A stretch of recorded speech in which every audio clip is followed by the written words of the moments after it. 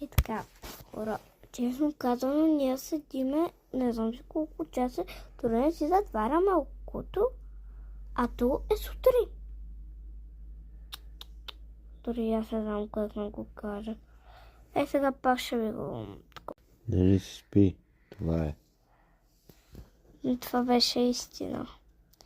Сега всички тук са заспали, даже и училището ми сега ще настават учениците ми и директно са в класната стая. Но тъй като сега тук ще седиме, а и аз не ходя на училище, не знам що. Защото съм болнали, минали ми вече, не знам и аз. Да се смея. Тата, я кажи някаква друга дума, освен да ти се спи. Какво да кажа? Надяваме се да си имел толкова рано вече.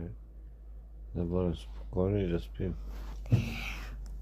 Честно казвам, ако не знаете какво беше това трупане, това е от нашото куче, казва се Джаро в момента.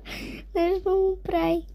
Пишете долу в коментарите, ако искате да покажа моята майка за първи път.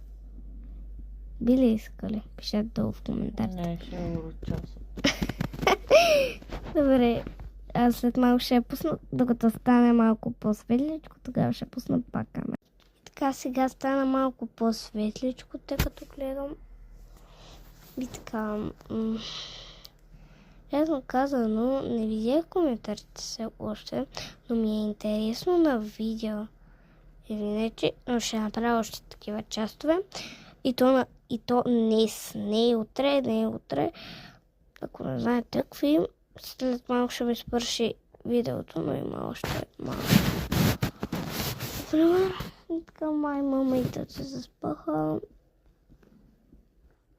Тата, я кажи още една дума. Лягайте да спите. Ако сте будни. Разбрахте ли? Лягайте толкова. Това говоря вече. И аз вече не знам какво говоря, приятели.